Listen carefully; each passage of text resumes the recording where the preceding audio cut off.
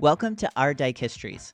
I'm your host, Jack Gieseking, historian, geographer, and environmental psychologist.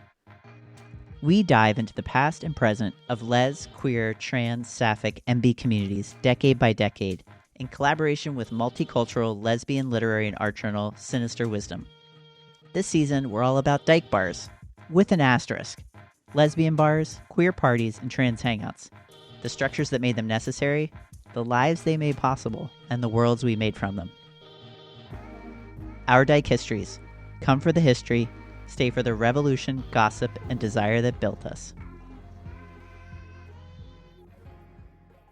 We are back again today, talking about the 1970s in Chicago, Detroit, and Minneapolis. We continue to hold all of the upper Midwest in our hearts of hearts. We support you in protests all over the country, and we mourn the loss of Renee Good, a fellow lezbiqueertrans person murdered by ICE.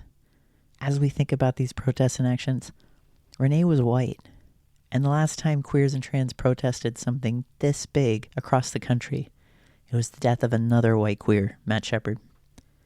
And I wonder a lot about who might be lesbiqueer, trans, gay, intersex, asexual, and so on, already locked up by ICE, murdered by ICE. When people are described as people of color, blackness and brownness often erase gender and sexuality, and that is in fact what I talked to Finn Enke about, going back to the 1970s. We will dig into the race and racism of carting and the segregation of lesbiqueer, trans bars, parties, and other spaces, as well as the ways that transness and disability could or couldn't show up in these spaces. We'll find out that these spaces absolutely had trans people in them. We'll talk a lot about the financing of these spaces, what we could or couldn't afford, about a time when women couldn't even get credit cards. What? And we'll dig into talking about disability in lesbiqueer, trans bars and parties, how much more we need to still recognize and act on disability in a much wider critical framework to actually make accessible spaces. As a reminder, this is part 2 of 2. Let's dive in. We call this public space, but it's actually this incredibly fractured.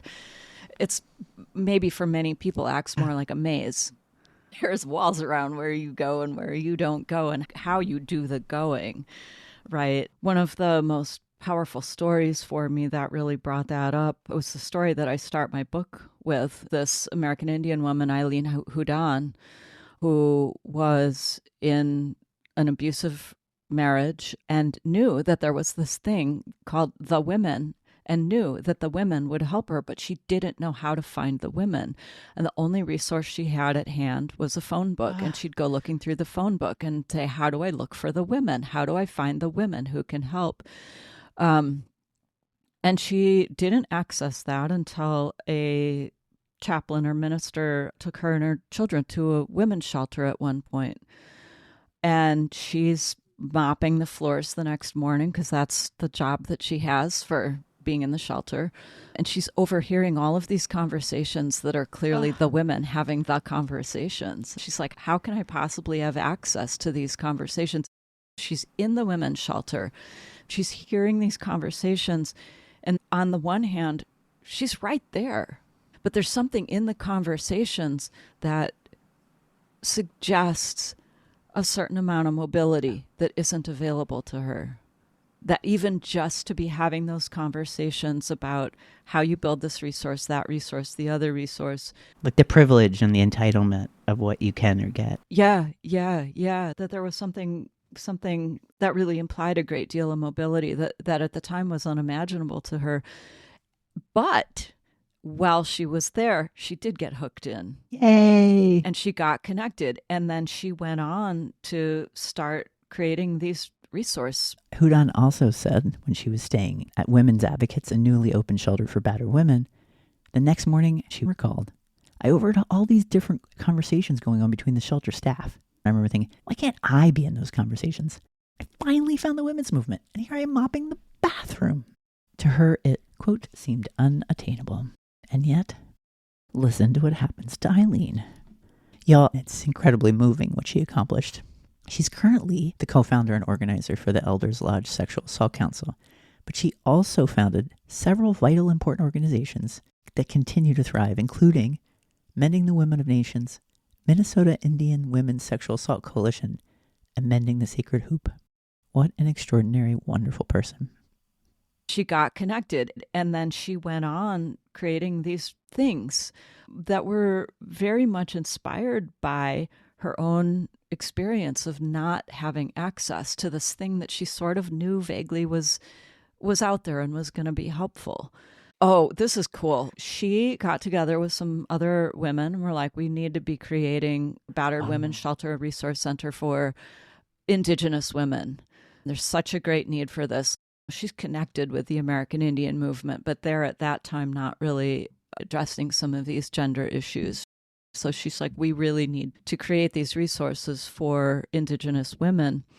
They printed matchbooks. They made hundreds and hundreds of matchbooks that had a definition of abuse written on the inside and a hotline phone number. They rented the hotline from a church, right? This was a phone. This is a different era, but they got access to a phone line that they could use for free or for almost no cost.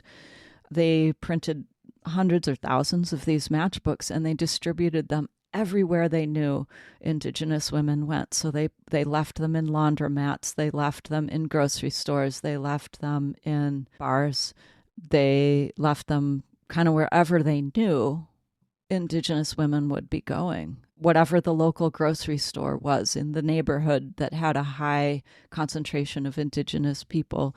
I mean, they got into people's hands, and all it had in it was a phone number and a definition of abuse. That's so beautiful. Right?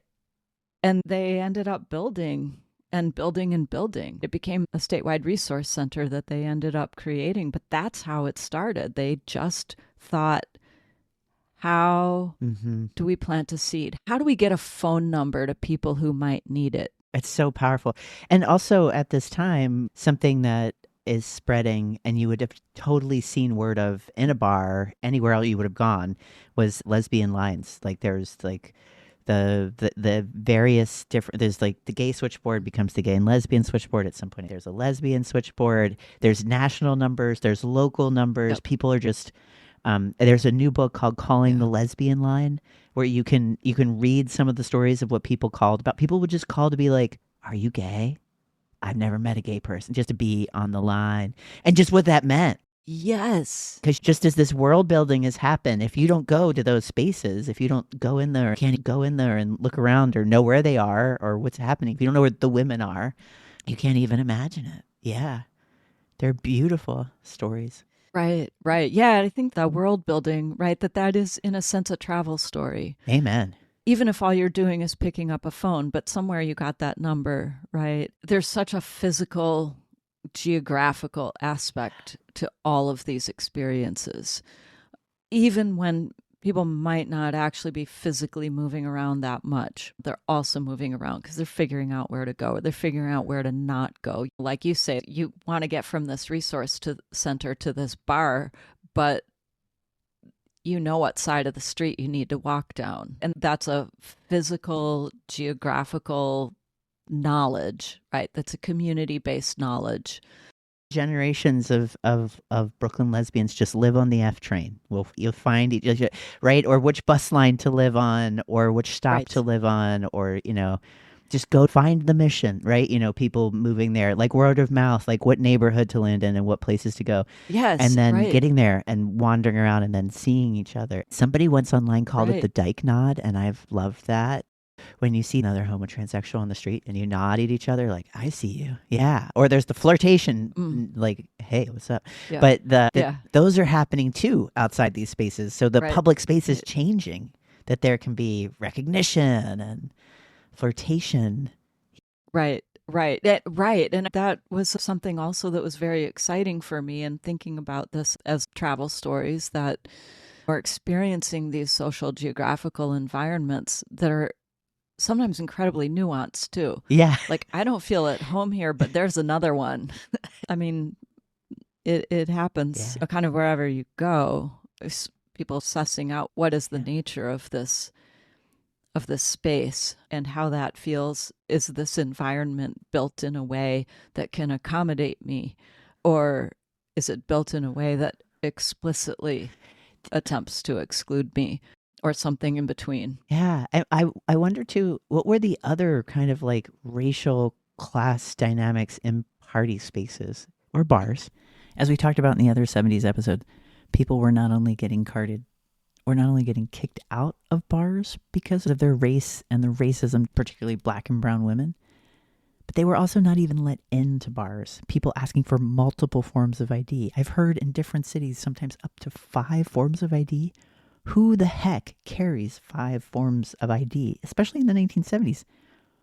I don't even think they have pictures on their driver's license. And by the way, you should know, that's when some inane person decided to put a gender marker on a driver's license. They made it up. It wasn't even there to begin with, because gender wasn't there to begin with. And it wasn't just about the gendered look of what someone was wearing, as Finn notes. Public geographies were organized a great deal around, quote, looks, end quote. People's mobility in the marketplace had much to do with gender expression and racial appearance. White feminists sought to increase their mobility in the public world.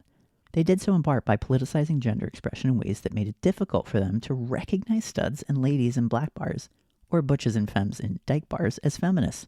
They thus stood on whiteness as a privileged vantage point from which to evaluate the politics of gender expression in place, while defining feminist sensibility. In other words, white androgyny came to rule the lesbian feminist movement, but it belittled white working class sensibilities around butch femme, and it also ridiculed black working class sensibilities around studs and femmes. It even became hostile. Before Finn and I talk about how bad carding was, I do want to get in this quote from Finding the Movement.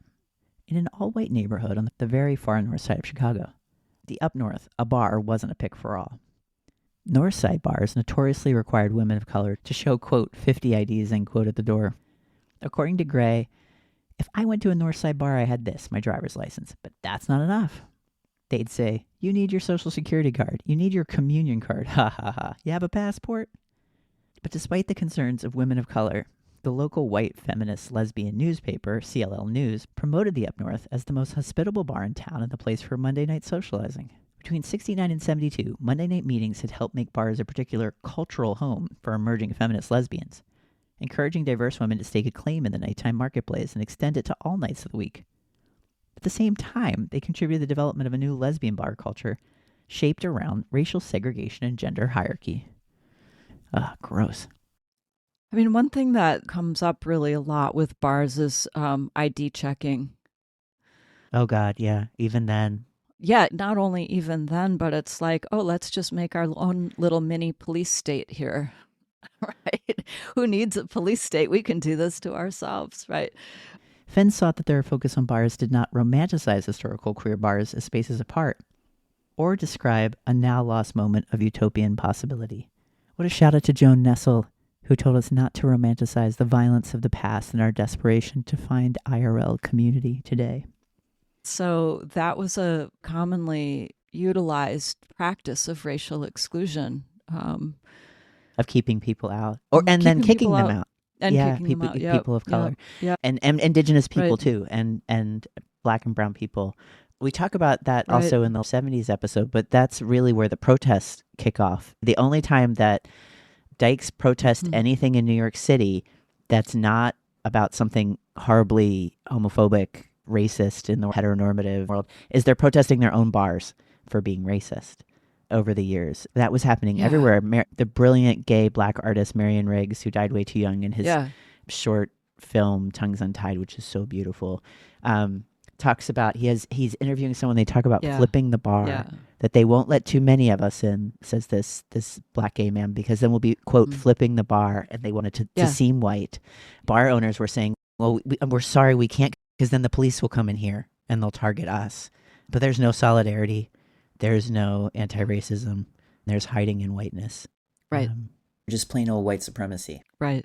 There are anti-racist conversations happening among white people. And a lot of conversations. Well, I mean, this was one of the really exciting things for me about doing those softball chapters, which I wasn't going to do when I started my book. Oh, please go on about your softball chapters. I love that. Yeah, I wasn't going to do softball when I started the book. There were a number of different kinds of things that were in the running. Theater was a hard one to give up because I talked with a lot of very charismatic theater people, and I got really hooked on the significance of feminist and queer theater. But I wasn't going to do softball because softball felt like such a lesbian cliche, Yes, and now there's like really phenomenal reasons for that, and it's an incredibly exciting cultural location. Especially in the 70s, it became so diverse. Especially the Twin Cities was a real leader in encouraging women's athletics and girls' athletics to an extent that was not the case in many other places. But most other places, there was a long history of fast pitch softball throughout the Midwest, going way back. You had women's teams, and some of the teams were predominantly African American, some of the teams were predominantly white. And the experience of playing in spaces where that might be segregated most of the time, but softball provided an opportunity actually for a moment be in a less segregated space. So people were learning things about a life that they otherwise didn't have any access to because segregation was so profoundly powerful, right? A lot of women were saying, wow, I didn't realize that if we went to this bar after our game, you wouldn't be able to get in. Like the white players are not realizing their black player friends are not going to get in. Yeah. And that there's a variety of different kinds of lines of segregation like that as well. Class distinctions are also very much at play. So softball ended up being very, very fascinating. And then when people started creating named sort of or distinctly feminist, distinctly dyke teams in the 70s, there's the Wilder ones in Minneapolis, was a specifically lesbian dyke feminist team.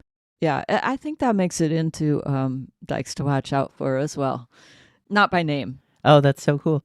What's fantastic is Finn starts their chapters with being in situ and go back to the moments. So let's go back to Parade Stadium, downtown Minneapolis, 1971.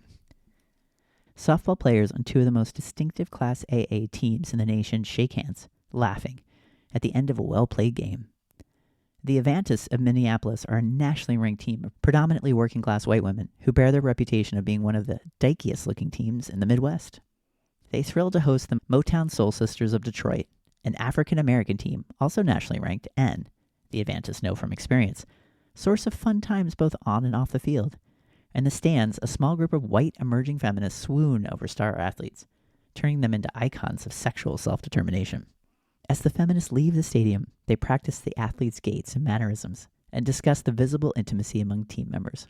They decide to create Minnesota's first, quote, out lesbian recreational league softball team, and they name it the Wilder Ones. I didn't realize how much softball, too, was an effort to get us to have physical movement in the world when women's bodies have been so restricted and so limited for so long.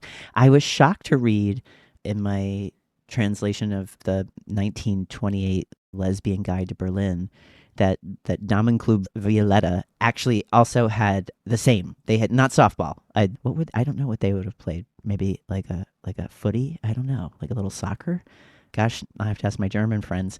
But that they're also thinking, actually we have to get women to move around. We have to get trans people to move around. Idea. There's also trans-mask tug of war, which was very hot to hear about in the 1920s, which we should have brought back in the 70s and every time. Yeah. I was like, this is hot. This is great. Wow. I had no idea. Amazing. One of the most significant things, actually, from a contemporary point of view about all of these spaces, that first, people were creating coffee houses, which sometimes were about events and dancing programming. That's what they meant by coffee houses. But sometimes were also restaurants, little restaurants and like cafes that serve a lot of food and that sort of thing too in all of these cities. And they're creating bookstores and they're creating different kinds of resource centers and bars. While we also talked about this in the previous 1970s episodes, it's really mind-blowing when you take in how many spaces and places that lezbiqueertrans people were creating in the 1970s. This kind of wild expansionism, such a growth model. I don't even know if we could imagine right now, even as we're in a moment of a renaissance or revitalization of bar spaces and other types of spaces that are growing. Cost of food, services, labor, property to be able to do what they did now. There's just not the political economy. But living in a moment of both a sense of it's closed now and we're sort of having a renaissance definitely requires a new geographical imagination. For me, the 70s inspires so much of that. As Finn writes, equally important were the pathways between these kinds of institutions and other, less distinctly feminist spaces. In terms of the kind of lines Finke finds in their work, they wrote, more than I could have anticipated, the chem-free coffee house began in part as an alternative to bars.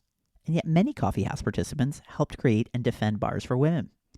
Few women sheltered at women's advocates cared foremost about lesbian activism at bars, but many did frequent a gay bar within walking distance of the shelter because they figured that there they would not be hit on. People did not stay in place, and neither were spaces unrelated.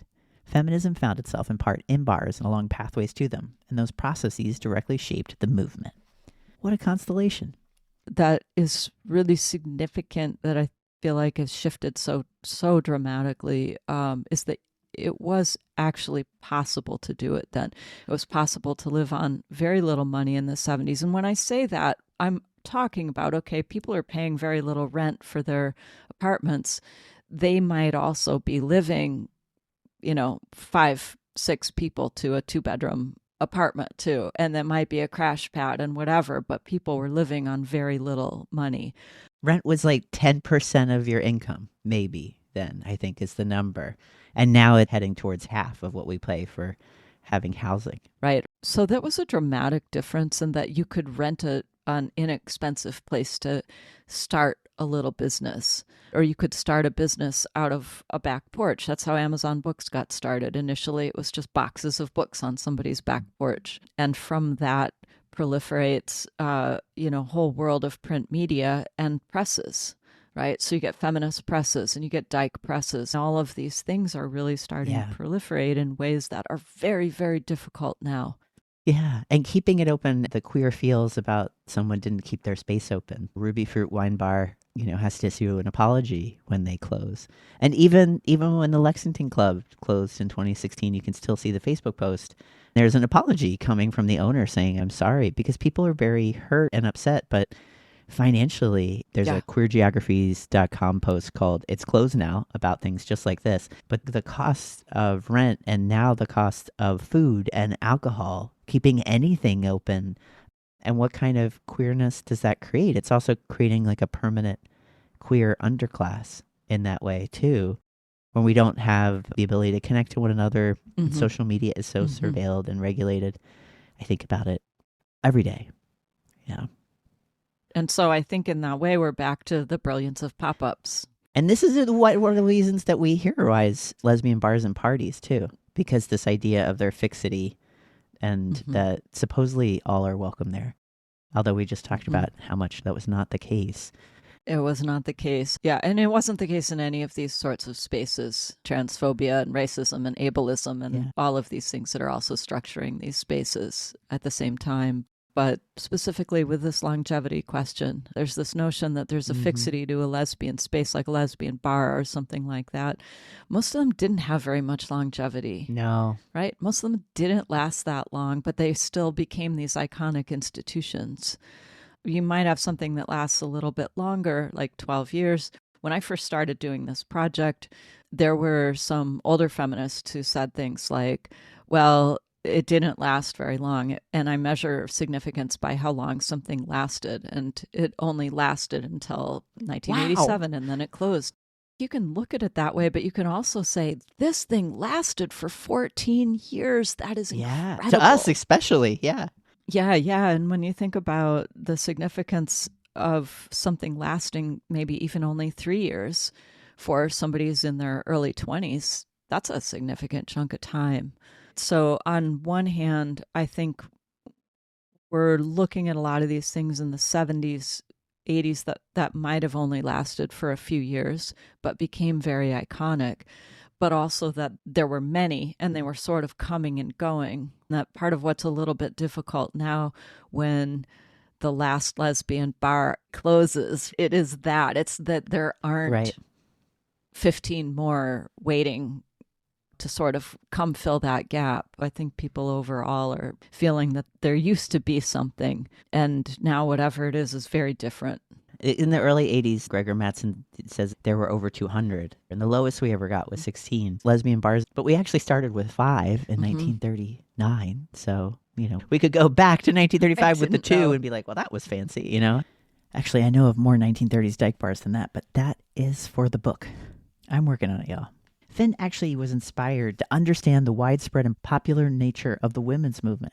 When it came to feminism, Finn writes, feminism found itself in part through struggles.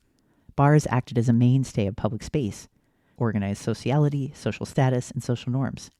Thus, they became key sites of women's activism around public space itself. Finn wrote a lot about the townhouse. From 1970 to 78, while Minneapolis ordinances strictly limited the number of bars in the city, a number of new bars in St. Paul came to figure prominently. Most women, however, proclaimed the Townhouse Bar on University Ave as the women's bar of the 70s. Oh, I just have to read this hot goss about the gay bar Townhouse.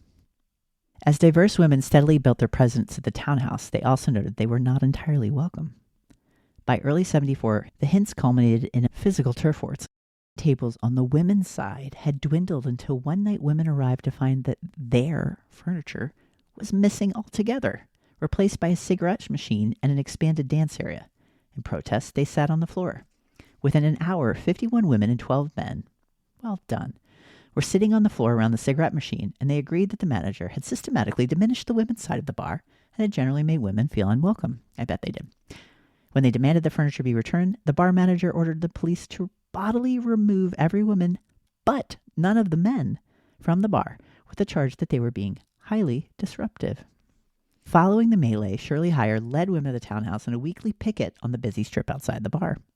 They also filed and won a human rights suit against the bar, taking advantage of St. Paul's newly passed gay rights ordinance. If the city had outlawed discrimination against gays, they reasoned, how could a gay bar discriminate against lesbians? Anyway, in the end, by 1976, the number of women patronizing the townhouse far exceeded the number of women going to gay bars during the entire 1960s. How extraordinary. Now back to feminist spaces.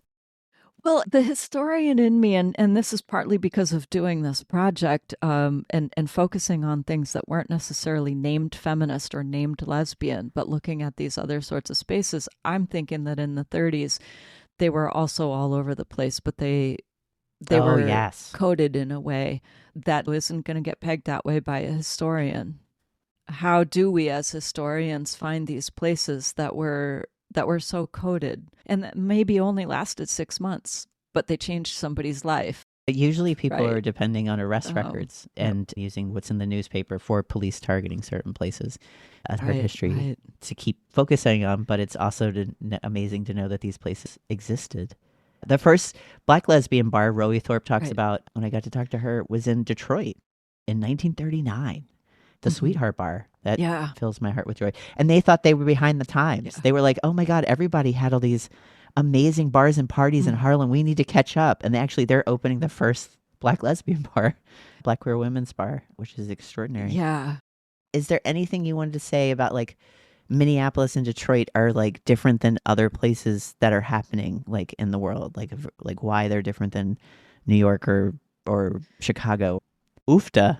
I mean, there are cultural differences, definitely. There's some economic differences, too. The Rust Belt in Michigan, that just was quite dramatic. It's hard to even describe the extent to which the auto industry and the move of many of that industrial labor affected Chicago and Detroit.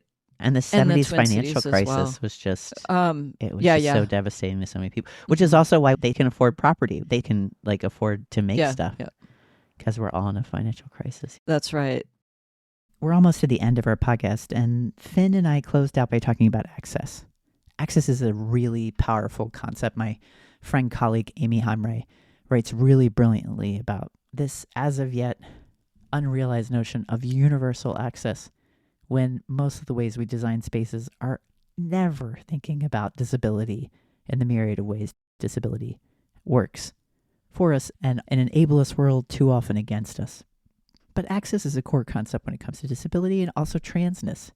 But I'll tell you the thing that I've been just very eager to at least put into this interview that hasn't exactly directly come up yet is, had I started this book at the moment I ended the book, what would have been there that wasn't there? Oh my gosh, please. Yes, I have one of those too. What is yours? I was just itching so very badly about the lack of disability analysis that was in it, because here's a whole book that's really about different kinds of mobilities, right? And I felt it all the way through, but I didn't really have the kind of framework, even though it came up in interviews. People would talk about accessibility in every kind of way, all the different types of barriers that are in the built environment and the ways that people were creatively navigating those inclusions and exclusions. And the other thing, of course, that came very much to the fore was the trans lens. There's a lot in the book about gender expression and how much difference that made in exclusions and inclusions in different kinds of spaces. But there was much more trans presence in all of these locations than I really named. When you say there were trans people in the bars, were there trans people in all of the bars? Were trans people kept out? How did that work then in the 70s? There was an idea, and it was contested in many spaces, but there were trans women in many feminist spaces, and there were trans men in many feminist spaces, and hot dog, and dyke spaces, and kind of how that played out was very, I want to say they're everywhere, right? And some of what has shifted is the language that people use. Right. So I looked at my book a little bit recently, and I was very surprised to see that I used the term passing woman. I didn't know I used it's that very word. 2007. It feels like an incredibly old-fashioned word. I think it's actually very 1990s even. What were your interviewees using passing woman as a language? They often did, yes. Yes, they often did use that language. But it wasn't that the language of trans was lacking. It just wasn't as elaborated and developed and embraced. Something that to me was very interesting about looking at feminist activism and queer activism at the time was just how diversely me coming into my transness, present in the book. Writing my book. It was so easy to talk about femmes, and I am a trans mask. And it was much easier to talk about the identities I didn't have. Now it's much easier the more I come into myself. But we're also dependent on the author and the historian and the writer and the researcher and the activist, being self-aware, which, that's a lot of therapy. We're doing our best. All the EMDR in the world. Yeah, amen. And with disability too, things like asthma, the fixation on going to the bar. But at this time, everyone still smoked till the early aughts. In spaces like that, people who are kept out being deaf. People immediately think of wheelchair users, because the idea of a bar is something you stand and lean against, or these really high stools. As someone who was in chronic pain for 8 years, sitting on a stool was devastating. It was agonizing. I couldn't go to those spaces. Where can you be? Where can you make a space? And bars today, most people will say that lesbian bars, you age out when you're 35, but they're really targeting younger people who drink more, who go out more, who have less elder child care volunteer responsibilities, and who might be up for disposing their income in alcoholic ways or mocktails and enjoying themselves like that and buying food there. But that also, the ageism of the spaces is profound too. Yeah. I remember my narrators would often talk about the noise, like, I used to go to the bars, but they're so loud, I can't go anymore. And I thought, well, our bodies change and our capacities change and our economic situations change and our lives change. And, that's not, it's not a sad thing. It's just a fact. No, my girlfriend's always like, where's that 2 p.m. bar? I'll be there. I got to get home by 4 p.m. for the kids. Right. Yeah. Yeah. No, I'm feeling that all the time. Oh, all gosh, totally. Yeah, way past absolutely. my bedtime. Yeah. Or I can't hear anything when the good music is playing. I'm like, what'd you say? Thinking about this fixation on bars, Finn writes, the 1950s represents an era of accessible bars, visible lesbian erotics, and expansive gender transgression, whereas lesbian life in the 70s seems conditioned by interiority, invisibility, and sex-gender repression. A focus on the nighttime marketplace during the 70s, however, shows that bars proliferated rather than shrank in number. They were an ongoing site of struggle, and lesbian life still took place in bars and house parties. New lesbian bars simultaneously expanded and decentralized bar life as, I would say, the primary site of visible lesbian sexuality. Yeah, yeah. But I think there is a real longing still for like dance spaces, like sober dance spaces too. Oh, God, yeah. You know, and what you say about, wow, what happened to dancing? Everybody used to dance. Why aren't we dancing anymore? And yeah. Well, so we're going to end with bringing back dancing then. Yeah, we should. Hot. Far out, yes. Far out. Thank you so much, Finn Enke. What a gift to finally hang out with you and chat about your dope work. Likewise, Jack. It's just a real pleasure to actually meet you and see your face after I don't know how many decades we've been corresponding. Yeah. 2. I think I wrote you a fan note in grad school. I was like, oh, I'm not alone. Thank you. I think you're right. Yeah. Anyway, thank you so much. This is just really, really a pleasure. Yay! Finding the movement is awesome. Far out. Thank you so much, Finn Enke. And thank you, listeners, for surfing through the 1970s past of the Upper Midwest with me. You betcha, don't you know? And oofta to the state of the world right now. I hope you're keeping warm in the Northern Hemisphere and cool in the Southern. I look forward to seeing you next week when, wait for it, we explore so much more about 70s spaces and even beyond. We're going to keep having a blast because we can't get all the energy we need for resistance from the present. We have to draw on our ancestors and transcestors to keep on swimming. Have a great day, y'all. Thanks for tuning in to Our Dyke Histories in collaboration with Sinister Wisdom. Connect with us on Instagram and Facebook at Our Dyke Histories. Follow and support me, Jack Gieseking, via my newsletter, Queer Geographies at queergeographies.com. It's packed with everything we couldn't fit into this podcast. Our Dyke Histories is run by a queer, dykey, and mighty team. ODH is hosted, edited, and produced by Jack Gieseking, co-produced and co-edited by Cade Waldo, and co-edited by Mel Weitzel. Our social media manager is Audrey Wilkinson, and our fabulous interns include Michaela Hayes, Sid Gunthart, Paige LeMay, Sophie McLean, and Sarah Parsons. Our theme song, Like Honey, was graciously gifted to us from Kid Orion at kidorion.com. We're forever grateful to our co-producer, Julie Enzer, and the entire team at Sinister Wisdom. Publishing since 1976, Sinister Wisdom recognizes the power of language to reflect diverse, multicultural lesbian experiences and to enhance our ability to develop critical judgment as lesbians evaluating our community and our world. We share our dyke histories so we know more about who we are, how we were, and what we fight to never forget. Let's keep doing it, y'all.